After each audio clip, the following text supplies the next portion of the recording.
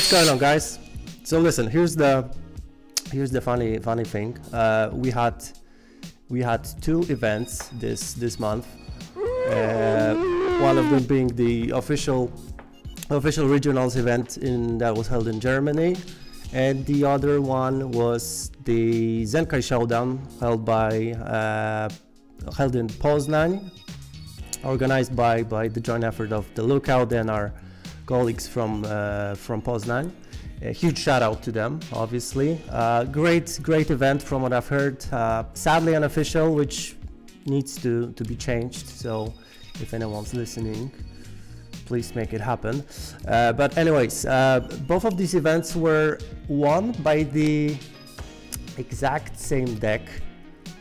And by saying the exact same deck, it wasn't only the leader, not even the same deck idea, but it was the exactly same deck with the exact same sleeves. And I'm obviously talking about the starter deck Majin Vegeta. So it happens. I'm here with both winners of these events. So Paul took the deck to Germany and won the whole event, and afterwards Mikey took the deck from Paul and won the Zenkai Showdown. So yeah, welcome guys. Hey, what's going on? Yo, what up? Yo. So I know it wasn't the exactly same deck, but it was like 2-3 cards difference, but yeah, that whatever. Potato. I didn't took it from Paul, I just stole it. Alright, so you're net decked pretty much, right? Yeah. Yeah, obvious, like usual. So actually all of the lists are mine usually. They just play with them. Yeah. So we talked for a bit and thought that we don't want to make a deck profile since the lists are obviously available online and the deck profiles are up on the Team No Heroes channel and on the Lookout channel. Shout out to both of these channels. Obviously you will find the links in the description. But we thought that why not to make some kind of a matchup guide, so to discuss like the meta matchups you can play. So we actually took the 5 strongest decks in the room right now, and we did some meta matchup guide actually. Yeah, so obviously the decks we want to discuss are Gamma, Shenron, S is for Gogeta, Trunks Vegeta, and Golden Frieza. Alright guys, anything else? Please say no, because I'm not prepared for anything else.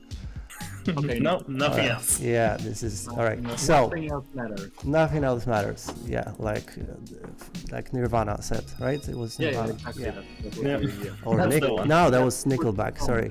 So okay, so let's start with Gamma.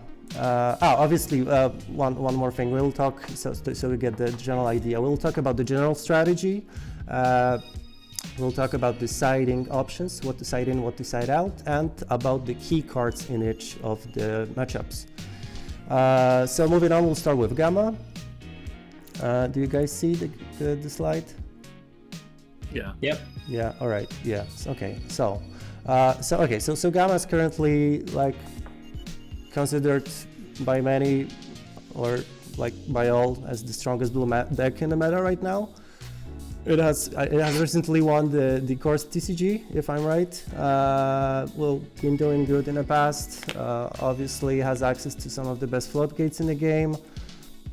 Doesn't get punished by playing them actually, and like seems to be getting tons of support each set. And I think both of your losses in Swiss were to Gamma. Was it? Yeah, I lost to Gamma in Swiss. Yeah. Yeah, I lost you suck, guys. So yeah. So what would you say is the best strategy when approaching the matchup? So for me, I was testing this matchup a lot, and I found that if I don't develop my board in the first 2 turns, I don't have a way of pressuring them on turn 3 because they'll just play their Cell Z battle card and wipe my board. And if I didn't do enough pressure in that turn, basically I'm so far behind that the game kind of runs away from me. Mm-hmm. Yeah. There is a difference if you go best of 3 and best of 1 pre-side, because in best of 3 you don't have access to your sidebar in the first game. So that matchup, if you don't main the deck against especially Gamma or like Unison heavy decks, the Unison just wrecks your deck, to be honest, and you have to like put a lot of aggression in to actually mitigate the control that Gamma can give to you and stall you out. Fortunately, Majin is very good at putting in aggression because it can take his own life. It has a lot of cheap aggression tools, and it can really be aggressive in the whole this sense of this word. And because of its yellow, it has access to counter, which is amazing. Yeah. So my strategy against Gamma first game is just to smash their face as soon as possible. Like, no regrets, just move along. Yeah. And I think for the sake of the video, we should mostly focus on BO1 because most tournaments are just BO1 without BO3 top cuts, especially like the online events that are probably the most popular at this time. Yeah. So Yeah. in BO1, like it really depends how you can play the matchup on the dice roll, because if you lose the dice roll, you better hope you find your smoke dragons. Yeah. If you start, you go ham on the face. If you go second, you have to be like a bit behind, playing like responsive, and go into the grind strategy, which actually Majin can do pretty well. You can't rely on your Goku 4-drop that much in this matchup, but you have other tools that Gamma struggles to deal with, like Sin and Goku Z battle. So yeah, I'd rather go into that strategy and kind of lock them out of aggression. So yeah. The one thing I like to do against Gamma, if they're going first and let's say they already established their Unison and I don't have a smoke dragon handy, is you should probably play the 4-drop Goku on their turn, so that they can't really counterplay it. Yeah. That's pretty key. Yeah. All right. So So that's the strategy, I guess. But what would you say has to be sided in? Like, moving on. We'll just move on. Side smoke dragon. Yeah, absolutely. Yeah, Smoke dragon. Anything that has counter or counter play in it that actually stops the floodgates. So we're talking about cooler, counter, and T-blow mainly. You wanna be saving the counter for the 4-drop, the new Android 21, because your T-blow doesn't actually hit it, and it's actually the most annoying floodgate they can have. Yeah. The other ones you can just T-blow and be fine with. As I said earlier, you have a lot of cheap aggression, so not going in on that first swing is not that big of a deal. Unless they're playing the A16 into the A21 combo, but nah, that's... Yeah, that dodges the whole thing, and you just can't deal with it. So, yeah.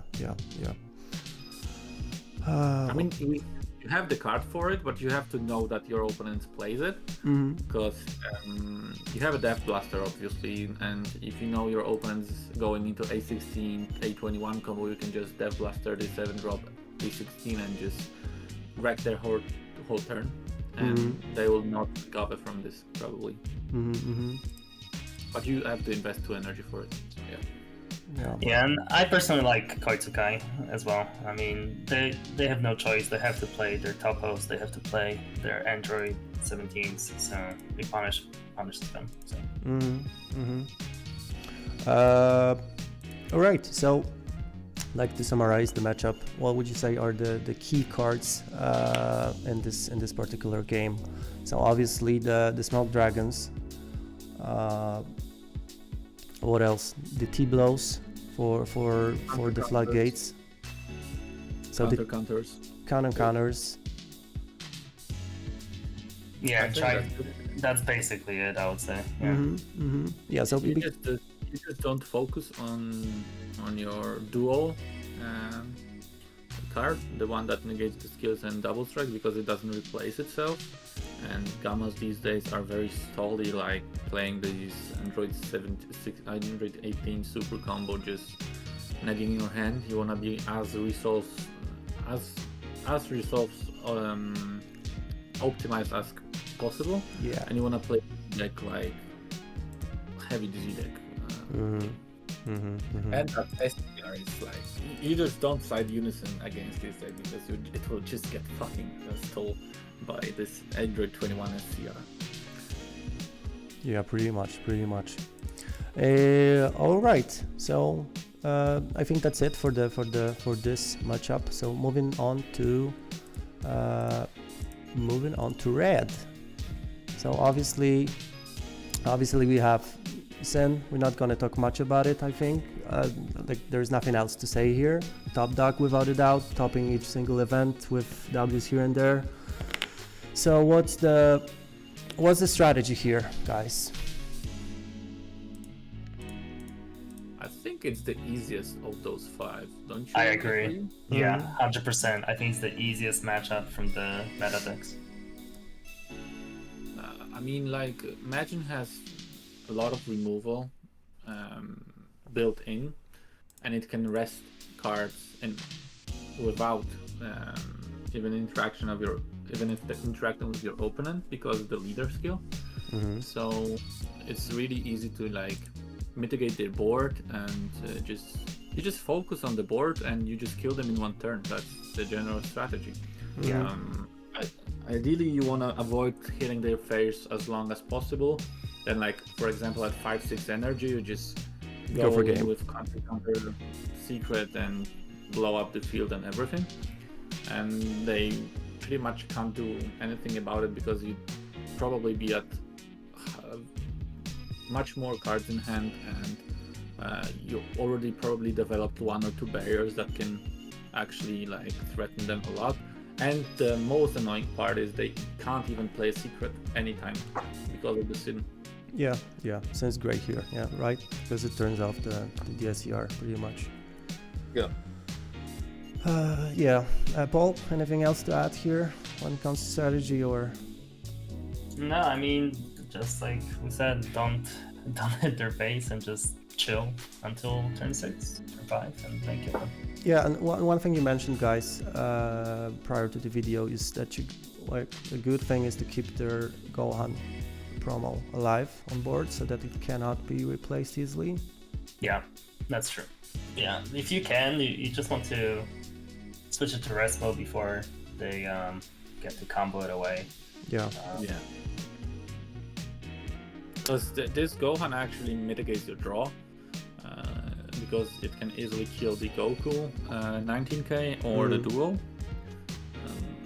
So yeah, it's good to keep him on board, like rest it with something like POSS or Realm, just to keep it on the board for a turn, so you can safely play your game.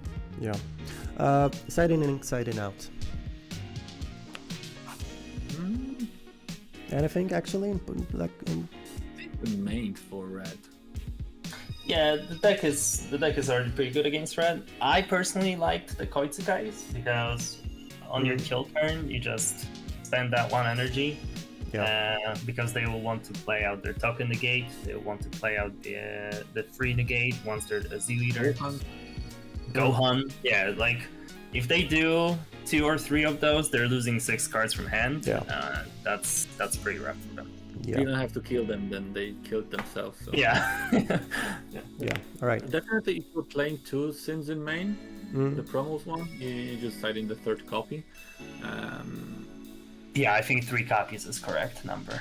I played 2 in Germany, but since then, me and Mikey have been playtesting some more, and 3 is definitely better. Yeah. Any key I cards? think we're main for it. Yeah. So nothing else to change in main board. Sure. Any key cards then? I mean, there are plenty, I guess, but Sin. Just Yeah, fucking Sin. Just fucking Sin is disgusting. Yeah. All right, so it's gonna come up like in every matchup as a key Mega, card. It stops secret. It stops just everything. And if Yeah. you combine them with the Goku, the battle is just locking them out of the game. How about Vegito? Against Sin, it's not as good as it is against SS4. All right. Which Vegito? The Vegito counterplay. The counterplay, yeah. I mean, it's just another mecha. If you can play it, you play it. Like, it's just a flat gate. It doesn't give you that big of a tempo swing as it does with SS4. Sin also can neg it way easier than SS4, right? So it's like you will not get the blocker out of it. And one thing you have to accept when playing versus Sin, your 4-drop Goku, the one that draws you a card each turn, it's not going to live. Like it's just one. But that's okay. Like as long as you draw a card or 2 from him, that's already good enough. Yeah. All right, so I think that's it for our lovely Sin. So moving on to SS4. So another most represented deck by far. Really hard to counter in general, I guess. Draws a shit ton of cards. So, like, how does Majin Vegeta fare against this one? That one is rough. It's pretty rough. Yeah, it's pretty tough. Yeah. I mean, man, this deck draws shitloads of cards. Yeah. Like, I was playing it the year before, and like playing it and playing against it, it's so different. Especially with those Gohans. Yeah, I think that's the gatekeeper for all the rogue decks, unfortunately. But yeah, like we play the STR, which makes this deck fighting against it, I mean, way easier. So yeah, if you don't have Piccolo in hand, it's bad. It's very bad. But we have the Vegetos as well. Vegetos are great. Yeah, Vegetos. Yeah. On the turn 4, you want to delay the Age Drop and SCR as long as possible. So ideally, you want to have 2Z energy on turn 4 just to fucking avoid that Age Drop SCR combo. Yeah. Because if they do it on you early on, you just don't recover from them. All right. So what's the general idea when it comes to siding against, like teching against SS4? I think it's kind of the same as a Sin, but it's just way harder to survive, I'd say. You just you side smokes for sure. Well, they're more focused on the unison being alive, right? So that's the usual turn 2 play. You wanna win dice roll for sure. Okay, so siding in, weighted dice roll. Sorry. Weighted dice. Weighted dice is a must, guys. Obviously a must. Make broken seal for the 8-drop or not worth it? I liked it, but we kind of cut the card after this tournament. So I don't know. To me, it's like if you're going second, you better find those Vegetos. You better have 2 Z energy and have it have your board as wide as possible, so that if they do drop the 8-drop Vegeta, then you won't lose the board with the Vegito. Because they'll just be able to attack your leader once, and that's about it. But other than that, I mean, yeah, just don't let them have the unison. And then you have to kill them or force the Z Awaken in 1 turn. I mean, that's the general strategy against SS4, right? Yeah. They will go down to 4 life by themselves because they want to have access to super combos. Otherwise, they won't kill you. But yeah, just ripping those 4 lives and their hand just to force them to awaken is really hard, because they have always all of their super combos and stuff. But the most important part of this strategy is just not swinging early on. Like if you have if you have release from evil in hand or some sort of negate, just fucking negate. You wanna stall this game as long as possible, just so they will not build the hand until they are awakened. So if you can stall it as long as possible, it's just avoiding the A drop plus SCR because they have to see it. Yeah, correct.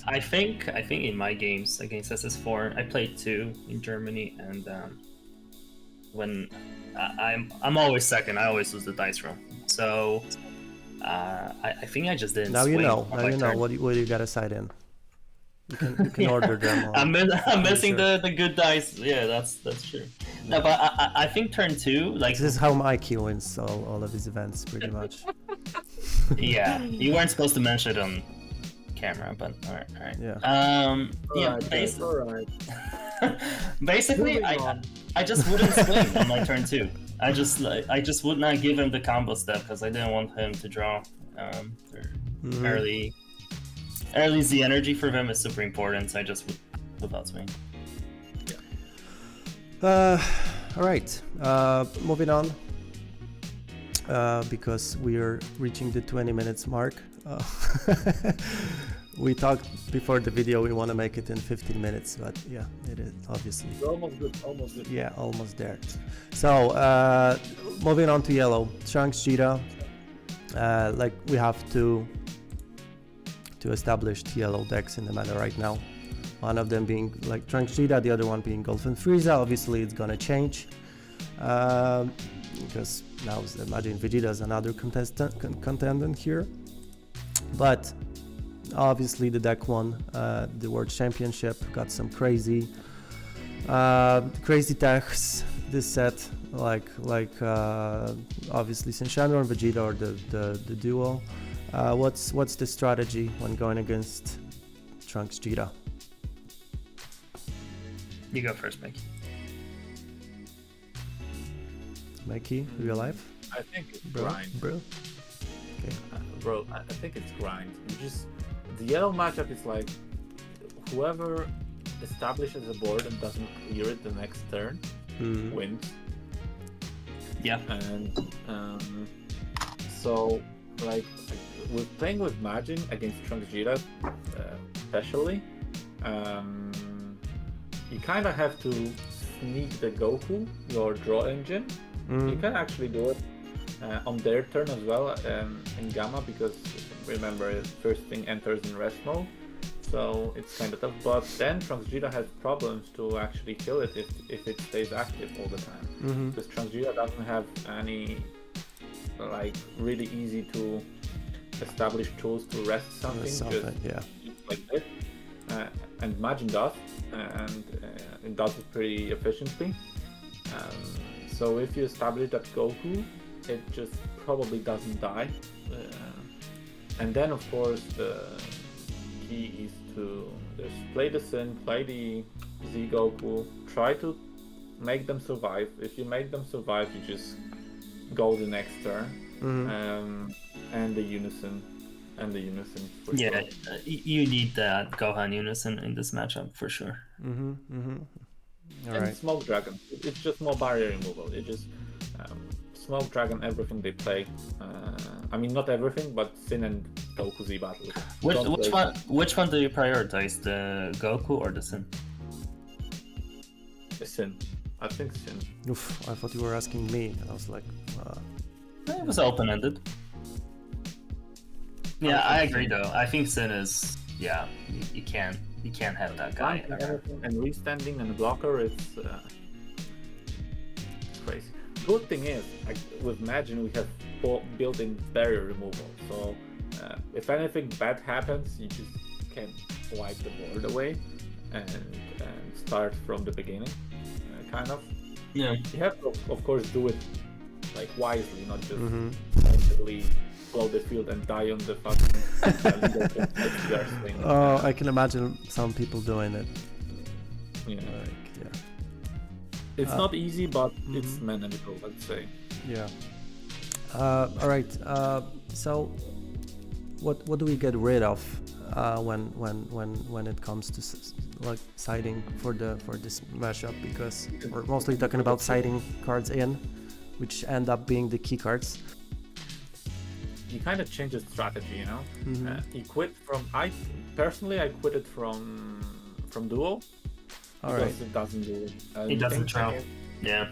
Oh yeah. Not to Okay. draw, So doesn't feel better. makes sense. Your Yeah. your kill engine in this strategy is your unison. So all you have to do is like establish unison, protect it. Yeah. So it has the 4 markers or 3, and you have another copy in your hand. Just -3. Doesn't play anything else, so they don't have access to their Vegeta, and just swing on their face. And then you can either play another one or swing with leader and then establish anything else you want, and it will put them into this kind of pressure that they will have to like invest into some negates or combo powers on their hand. Yeah, and the one huge advantage Majin Vegeta has over Trunks is we can actually play the unison and very easily protect it starting turn 3, because if you play your Goku turn 2 and turn 3 you play the unison and awaken, that unison is not gonna lose a marker as long as you have a Mecha Frieza and like a token negating him. And from there you can realistically you can just go -3 on turn 4 and then play another one. And there's like, unless they have like release from evil or something like that, yeah, they're gonna be in trouble. Yeah. So like you guys say that the unison is actually one of the most useful things when attacking for Trunks Vegeta. For sure. Yeah. So unison. What else? Smoke Dragon, because you need barrier removal. And For Sen and synth. for the barrier threats, yeah, obviously. And sorry, Mikey. And more synth. And more sense. Okay. All right. If you play 4 synth, just go blind. Just play 5. Pretty much. Yeah. The more is better. All right. So I think that's it for Trunks Vegeta. So the last one I want to discuss.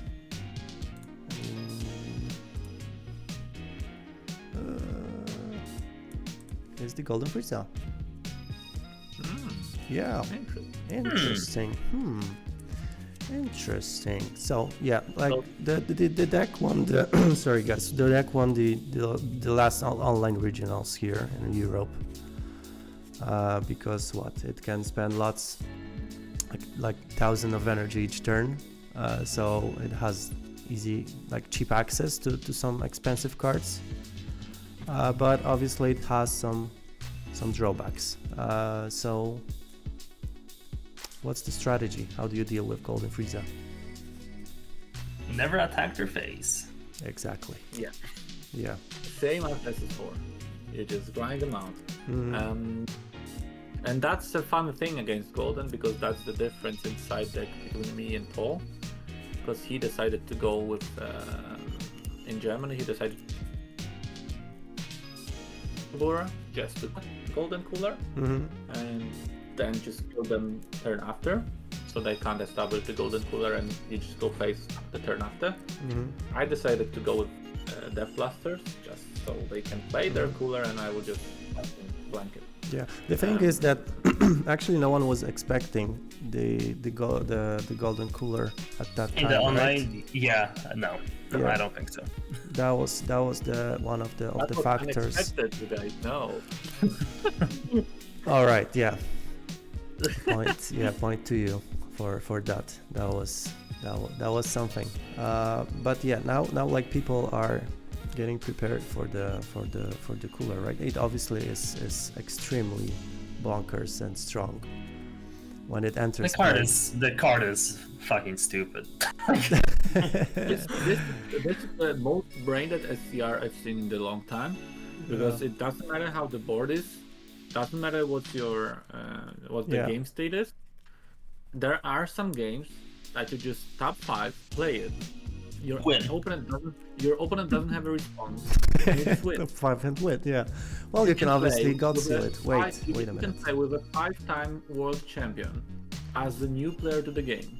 Just drop that card and win. Yeah, pretty much. But yeah, you can like get prepared for it. Yes, you have for each color at least. Yeah. So so it's kind of cool. for God of Frieza, what do we focus on when it comes to siding in, siding out? Do you? It's more of like the cards you want to counter. And you want to counter their self-awakeners. Yeah. So the T-blows, obviously. So you want T-blow the Roshi, because they can just take 2 lives with it, or as many lives as they want, as long as they have the energy. So they Roshi is the key, and you just never swing. You just don't care about the 1-drops that draw, because ultimately they will just don't have enough targets in a deck, so they can actually use that ability. Because if you stall them, they don't draw, they don't plus on this side. So yeah. Anything else to Stall add here? overlay. Paul? No, just hope that they don't find a Roshi on their turn 1. Yeah. Yeah, that's Can shit. happen, but... All right. Or you win the dice roll. If you win the dice roll, you keep the T-blow and you're Gucci. And you good. Gucci. Because if you win the dice roll, you can actually play Goku turn 1, so you declare your swing, of course, and then you just rest the Roshi and just swing to Roshi. Yeah. So that they can't fucking take the life. Yeah. All right. I think that's it. That's it for the matchups guide, and in general, I think we went through most of the stuff we wanted to discuss here. Yeah, we hope that you'll find it useful and will help you with your games and let you understand these certain matchups a bit. So, Paul, Mikey, thanks guys for being here, finding some time to talk. Now's your time to say thank you. Yeah, thanks for having me. Yeah, thanks for having me. Yeah, you're welcome, guys. So, yeah, take care, guys, and see you next time. Ciao.